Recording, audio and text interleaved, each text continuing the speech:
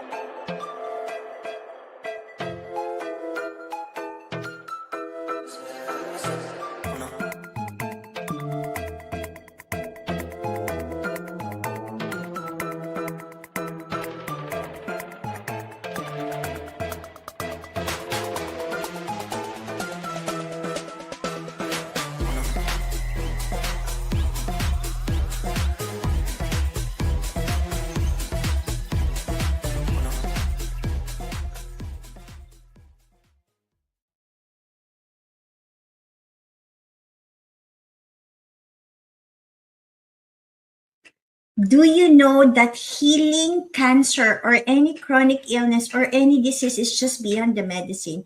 Do you want to learn from a doctor, life coach, therapist, a brain-based coach today? Yes, I have a very special guest from South Africa. She has over 40 years experience. And what I love about Dr. Charmaine, she has so much wealth of knowledge, both from the doctor perspective, the coach perspective, and the integrative perspective. So it's all about holistic healing today. If you don't know me yet, allow me to introduce myself. My name is Wandalin Tan Kaluping, top 50 LinkedIn expert in Dubai, number one most influential Filipino on LinkedIn. Every week I go live on LinkedIn because my goal is to share life-saving insights one episode at a time from global experts around the world. And I have a very special guest today from South Africa. But before I bring her on stage, let me do an introduction. Dr. Charmaine Jacobs is a medical doctor, integrative medicine practitioner, and international life coach with over 40 years of experience in pediatric oncology and holistic healing. From public hospitals to private practice, she has dedicated her life to caring for children and families facing cancer. Beyond the clinic, she's a certified brain-based life coach, pastoral narrative therapist, and passionate speaker on living with purpose, mindset, and personal greatness. Today, she helps people not just survive, but thrive through health, mindset, and lifestyle transformation. Without further ado, let me bring my guest on stage today on the topic, how to thrive through cancer, insights from a doctor, coach, and life advocate. Wow, Dr. Charmaine, thank you again for saying yes to this. That's my privilege, Wanderlin, to be here and to meet you finally in screen time. Yeah, true, doctor. Now, doctor, let's start first with your story because I know every doctor chooses a path, right? Now, what I love about you, you became a pediatric oncology. What brought you to, specialize in pediatric oncology? When I was a medical student and I was rotating to specialize, I enjoyed the pediatric oncology the most. So I decided instead of becoming a specialized pediatrician, I will become the doctor working in pediatric oncology.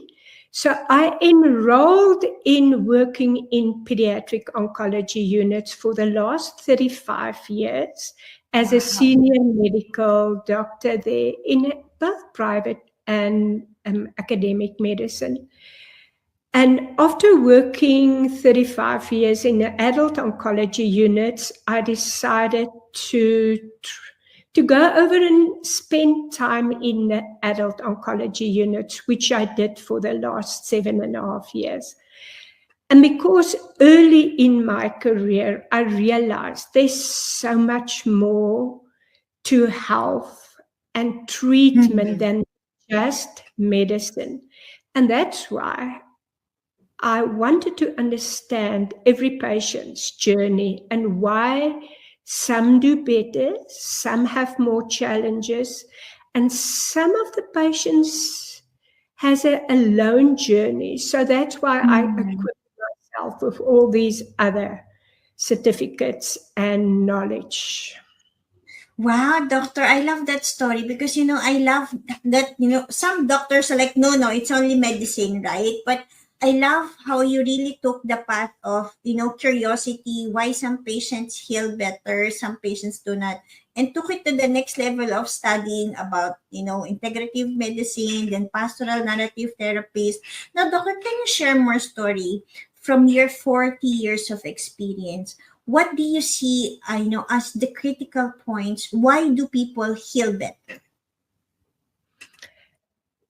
That's an amazing question and a very important one. Patients, when they get the diagnosis of a chronic illness, let's take cancer, it's devastating. It's not something that the average person ever think will happen to them. They read about it, they know people, but then it happens to them. And in the first consultation, they get an overload of information. And sometimes the brain just switches off. And afterwards, they have to digest all this. So when they come back and they start with a treatment, there's unresolved questions, unanswered questions. They don't really know the journey. So, and I believe in my heart that every person on this earth has what it takes to thrive in life, whether it's in a business or in a cancer journey. And often time lack, and often they don't have the privilege to ask what else. And sometimes doctors are focused, as you say, on the medicine. So they have to know there's more to just the medicine. And I've experienced it. I've seen patients, children and adults, with exactly the same cancer, the exact same stage of the cancer. They get the same treatment, and yet two very different journeys and two very different outcomes. And that's what triggered me. What is behind that? So, doctor, what is it behind that? I mean, if the same journey, what have you seen so far is the difference between that person who takes, who gets better quickly and the person who takes time to get, better? What's the core difference you have seen? Great question. I would say the person, whether you're a child or an adult, who has a purpose. Why I want to go on this journey, why I need to go on this journey, and what I want to be, become, have, and enjoy. So purpose is important. Then, if you have an attitude, a mindset, I'm going to give it my best. Not always easy, but I'm going to give it my best. And I'm going to believe that I will place my energy where I wanted to go on my purpose. That makes a big difference. And then the next one is belief systems. Belief systems has got 2 points. One is your faith. Yeah. Faith makes a big difference. And that faith, whatever faith is for everybody in their own lives, but you have to have a belief that there's someone or something bigger than ourselves and what's on earth. And there's studies, evidence-based medicines that prove this. Then the second leg of belief system is what you believe about yourself, others, and the world. If you believe, if a patient believes, I've got what it takes to get through this. I believe the healer or the doctor will do their best. And I believe the world was designed and created for my flourishing, for my healing. Note that there's a difference between cure and heal. And then I've mentioned purpose, attitude and mindset. I've mentioned belief systems. And then the next important thing is your choices. Kids choose when they go through a lumbar punch or get chemotherapy. They choose to keep their focus on chatting with the next patient next to them, going on playing board games, doing mischievous things, reading a book, looking at TV. Adults choose to watch out for what can or might go wrong.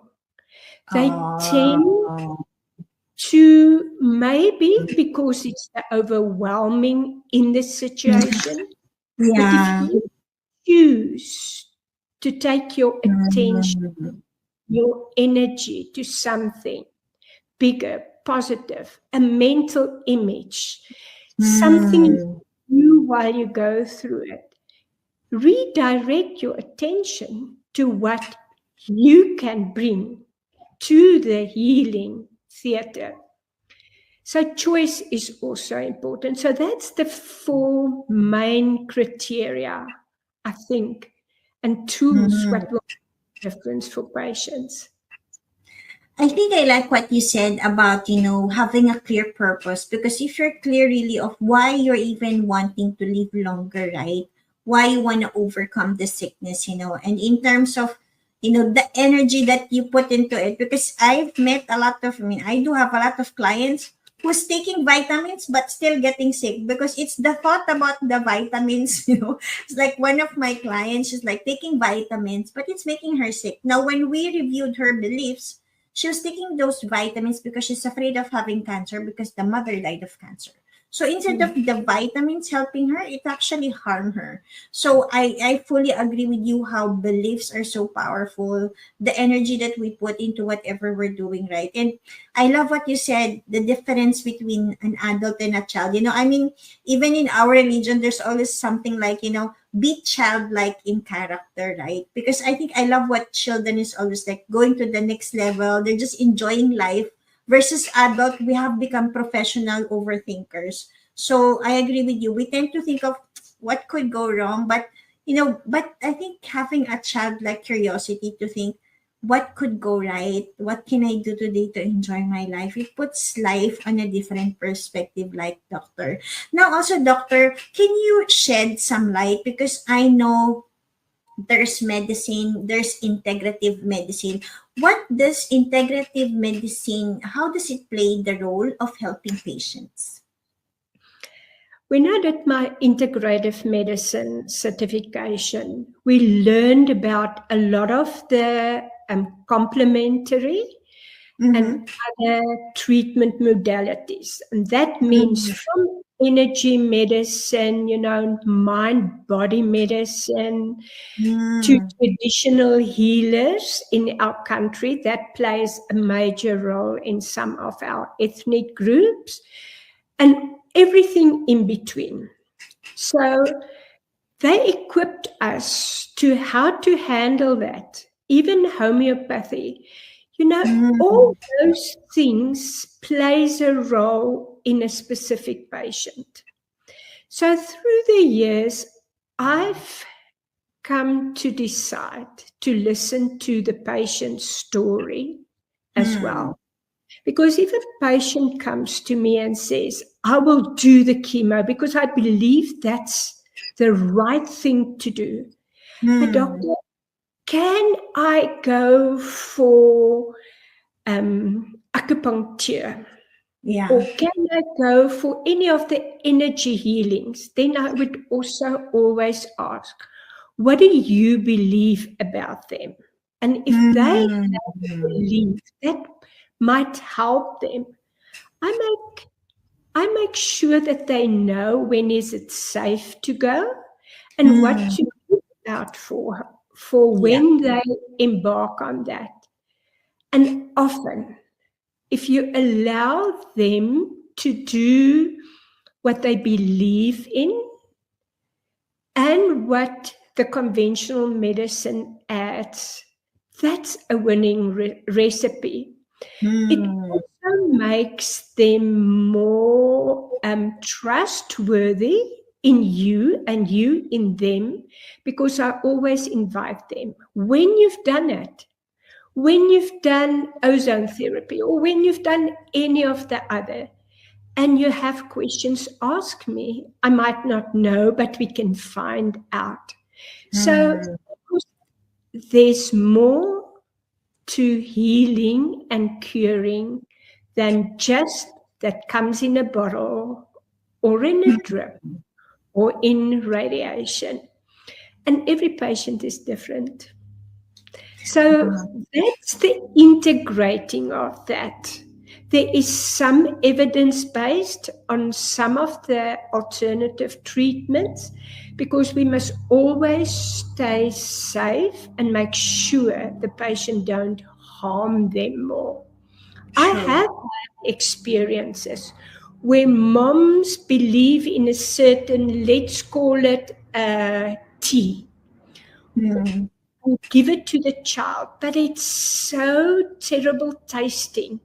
It's so horrific for the child to take that they screamed, etc. Every time you had to take it. So my suggestion was to the mom, she needs peace, joy, happiness. And if this adds to the contradictive of happiness, it's not healthy. So that's how you can integrate the two. Wow, energy. I love that.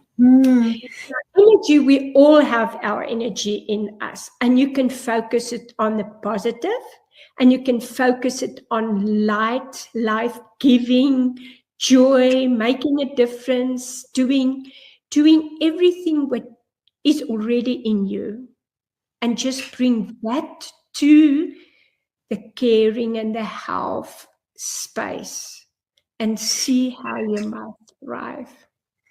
Doctor, I love what you said about peace, joy, and happiness, because that is the healing beyond the battle, right?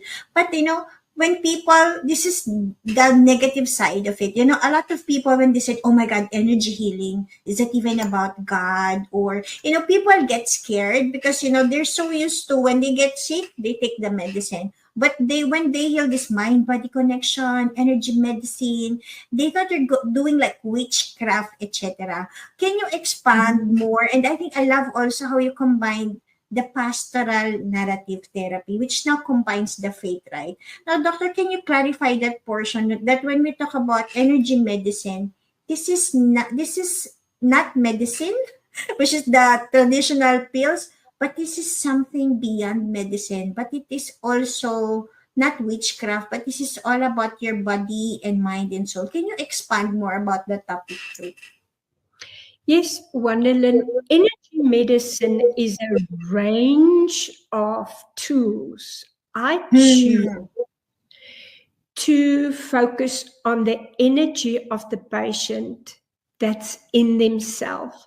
And that's where coaching and therapy comes in. If a patient is, when they were before diagnosed, if they were a positive, outgoing, nature loving, exercise loving, they were eating correct, but due to the diagnosis, which was overwhelmed, they stopped. Now they focus on the tablets, the chemo and the radiation, which is very important. Then I would engage into showing them to unlock their own energy, to spend the time with positive energy in nature, positive energy in connections, positive energy, and even if they need to visit people who make them sing, who make them dance for them. Singing is one of the most, and nature is one of the most experienced tools to bring out your own energy. And that's the energy healing. Yes, you're right. People hear energy and they think witchcraft. I think to everything in life, you know, you can go to the extreme. And we're so privileged in the 21st century that online you can find out anything. True. It's so important when a patient gets diagnosis, they know the name of their cancer. They know the stage. They know what treatment they're going to get. The fourth incredible important thing is what can they? And that's where purpose, attitude, belief system, and choices come in. What do they add to that basket to heal? And then focus on that. Instead of going down the rabbit hole on what's the 100 methods of getting chemo, etc. We have to believe the doctors want the best for them. Take the photos and Google or empower yourself with how can I get more energy? How do I make the choice? Do I sleep today when I'm a little bit nausea? Or when do I just get up? Put on lipstick, if you're a lady, of course. Put on clothes and just go outside and see the sun, see the dark. Because within a few seconds, you activate your own energy, your own choices, your own mindset. And that goes back and have an amazing role on a cellular level to heal what's going to need to heal in your body. And that's where the main focus is. I love what you said. Now, doctor, not every person, understand the power of choice, I mean, I've heard when I was in the hospital, patients like, you don't know what I'm going through because you're not sick. Or, so they fall into that depression stage without them even knowing that, wait, I do have a choice here now, not to procrastinate, not to be in depression. They just choose to be alone. And they just like lock themselves out there. What's your best advice to help those kind of people? It's so true, Wanderlin, and that's the stages or part of the stages patients go through. And that can be a normal stage. Yeah. What I always do and advise is, and that comes in the initial consultation or in the follow-up consultations, that you have a conversation apart from just what the blood counts and the chemo is for today. Where are you in all this journey? And then sometimes it doesn't need to be the doctor. It could be the sister, it could be the social worker, the psychologist, the life coach. People get coaches for businesses. People get coaches when they burn out. People should maybe get extra help when they go onto this most important journey. So yes, you're right. A lot of people shut down, and initially that's just a survival mechanism. But you need to be aware and not stay in that survival mode for too long. And sometimes it's just ask for help. Often it's not your best friend. They might have your best interest in them, but they might not know how. Ask for help. And it's little things. And it's a process. You know, a cancer journey isn't a sprint. It's a marathon. And it's a lifelong marathon. And you have to do it small step at a time. So if you locked in this, call it depressive, sometimes giving up, sometimes just survive, become aware, because sometimes it empowers you, but most often it disempowers you. Listen to the people around you, your loved ones. The more they try to get you out of that, the more they actually trying to tell you, we want to help. What do we do if someone tries to help me?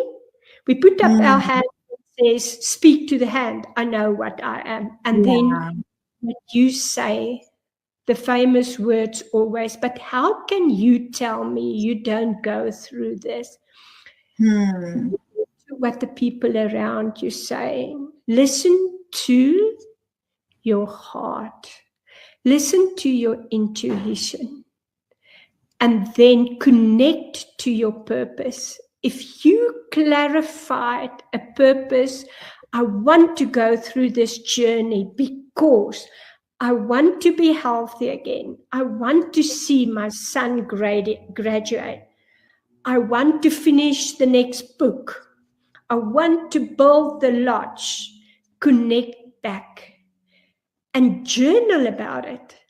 But somehow there is a time for every phase, but sometimes there's a time to cross that threshold and go into thriving mode. Because remember, the mind-body connection is so powerful. The longer we stay in a shutdown mode, in a defensive mode, in maybe it's too much, it's too overwhelming mode, we block the cellular effects of healing, all the modalities. So ask for help. That's a great advice. I agree with you, doctor. I've seen patients, like one of those patients I met, she's like very optimistic, and I agree with you. And she used to tell me, like, Wanda, I came from this place, but I am here now because I agree with you. There could be stages of depression, survival, and then there could be a thriving. And it's again clarity of why you want to live more, what do you really want more of life. Now, doctor, what's your best advice to people? Because see, what I also learned throughout my research and through interviews with global experts is that number one, every person have cancer cells. Second, 50% of men have the risk of cancer in their lifetime, and 33% of women have the risk. Now, doctor, understanding now about medicine, integrative medicine, brain based, what is your best advice? Because these are merely statistics, but I think, how do you protect yourself not to make it be part of the statistics, right? What's your best advice for people to keep themselves healthy and happy?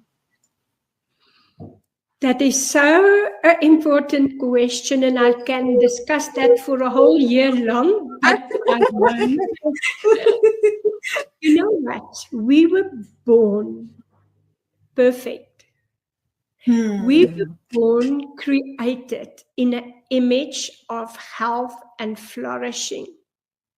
So I always say, go back to our roots. What's natural, what's normal, what's unlocked sometimes in ourselves. Go back there and then go to what needs to come through you, what's maybe outside you. That means go to what I need to eat. How was I created? Was I created and born to eat all these fast food junk? No. It was invented in the evolutionary process. So eat and drink, go back to what our bodies were created for. We were created to move, not to sit down. So go back to movement, exercise. And I don't mean 4 o'clock in the morning in the gym like most of us do, but go back to movement. Go back to sleep. How? We were created to have a healthy sleep pattern. Now, sometimes that's difficult going through a cancer period, but it can be something you can look into. And then again, go back to purpose and ask yourself, if my purpose is going to be a healthy, thriving, flourishing person despite cancer or after the treatment, how do I formulate health? And if you don't know, ask, what is health after cancer? What is health for even us as healthy people? Sometimes, remember, illness is not being sick. Illness is not necessarily meaning that you don't have a disease. I know of people that has got no diagnosis of an illness, but they ill. So go back to what we were created for, and then spend time in silence. Somehow silence and solitude, connecting to that bigger thing or someone in you, and often just listen what comes through. Stay grounded, journal. You know, people going through cancer diagnosis often, or not often, most often, finding what to be grateful for and write that down. When I started 45 years back in oncology, we didn't have 80% plus of the medicine or drugs or radiation expertise that we have now. And somehow people 45 years back also survived. They might have not survived or been cured that long. But again, go back to why you want to go through this. So spend time in solitude. Journal about it, and a gratitude journal. Write down 3 things. Or when you're sitting at chemotherapy, just say thank you. I've got a chair to sit on or a bed to lie in while getting chemotherapy. There's so many people on this earth who can't get to places to get chemotherapy. Thank you that I've got warm clothes to cover me up. And thank you for the patient next to me who's smiling, because our brains cannot go negative while we're doing positive. Our brains is not that fancy. Sorry, but it's not. So the mind is more than that. So yes, go back to saying thank you. Spend time with getting your emotional intelligence in a better way. That's how to manage your emotions, how to manage the people around you emotions, how to become aware of your emotions. Then go back to mental, equip yourself. How can I become mentally more resilient? Resilience is a word that stands out through life, but more so through this journey. How can I build resilience to go through what I need to go through? And then, yes, go back before your cancer diagnosis. What hobbies did you do? Yeah. What did you enjoy? Go back to that. And before you do that, and remember what I said, it's a step, small step, baby steps. Before you know, you're on a thriving road. And then just protect your energy, protect the road you're on from the negative people around you. Switch off the television, switch off watching the news, switch off the negative things, because sometimes we don't think it has an impact, but it has a huge impact subconsciously. And remember, more than 65% of our thoughts, our actions, and our behaviors comes from our unconsciousness. Oh, yeah. So Doctor, that's those are good points, yeah, because I think what I love what you said, it's, a lot of people think big, but you went to the simplicity of go back to where you are, before, like movement, sleep, exercise, just do what brings you joy. I mean, it doesn't have to be complicated. A lot of people like overthink it, but the way you've said, stay grounded, stay silent, find your purpose. Those are very good things. Thank you, doctor. Now, doctor, I think you can save so much people with this wealth of wisdom that you have. How can people reach out to you? Do you do online consultation? How does it work, doctor? You know what, Wanda? I just recently left medicine and fully engaged in speaking and coaching and writing. So people can connect to me on LinkedIn for now, and then I'll come back to them. I will respond to them, and then we can go forward setting up what would they want, where do they need guidance, because remember what I say, we all have what we need inside of us. Sometimes you just need guidance, a facilitator or a coach to help you unlock that. So for now, that's the way they can go. I am on Instagram, although I'm not very actively involved there. There's still a lot to do. So yes, and go back to where you come from, what is natural in you, and then explore where you need help. I love that, doctor. Thank you so much. Definitely, we're gonna drop your Instagram link as well as your LinkedIn account so people can connect with you. Now, doctor, any more last words before we end this recording?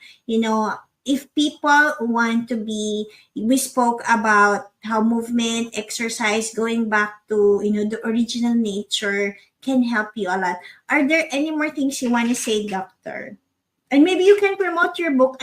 What kind of books you have authored, Doctor? I'm writing a book about greatness, and the acronym of greatness stands for something: 9 life lessons learned from cancer kids. I'm writing a book about how to be a doctor, as a Christian, as a doctor, as a scientist, as a mom, as a fellow traveler, all in one. How to live. I'm writing articles and books on the metaphors of the acorn and the oak, the eagle. So yes, there's still a lot of work to do, but that's ways of empowering people. I always say, if you start a business or you buy a house, you plan, you go and look at why you want to buy it. Do you have enough money? What you're going to do with it? What's the purpose? And the same is for a cancer journey. We often don't think that way. So when you received the diagnosis of cancer, go back, sit down, write down, because we know nothing happens until you write down things. True. Write down what your purpose is. Whether you're 16, 36, 66, or 86, write down what your life purpose is. What do you want to achieve? Why you want to achieve it? And 2 things. What am I going to consent to for the treatment? And believe in what treatment you're going to get. Secondly, and sometimes the most important is, what am I going to consent to commit from my side? How am I going to eat, sleep, move? More important, what am I going to choose to think about, talk about? And how am I going to choose my behaviors to get to my purpose? So that's my message. Thank you, Dr. Charmaine. I learned a lot today. Thank you. Let me summarize. If you want to heal from cancer, it could be the same diagnosis, same medicine, but if you want to heal better, the 40 years of experience of Dr. Charmaine, I think is a very good evidence how having the right mindset with a clear purpose of why you want to heal, how can you help yourself, what are you really meant to do right after the diagnosis can help you heal a lot. And it's about going back to the roots also of moving, of sleeping well, eating the right food, listening to your body, intuition. And of course, what I love what you said, energy medicine is very important for you to get healed too, because that is when you complement it all. So with that, thank you again, Dr. Charmaine. I wish you well. I'm very excited about your book. I know it's going to help a lot of people.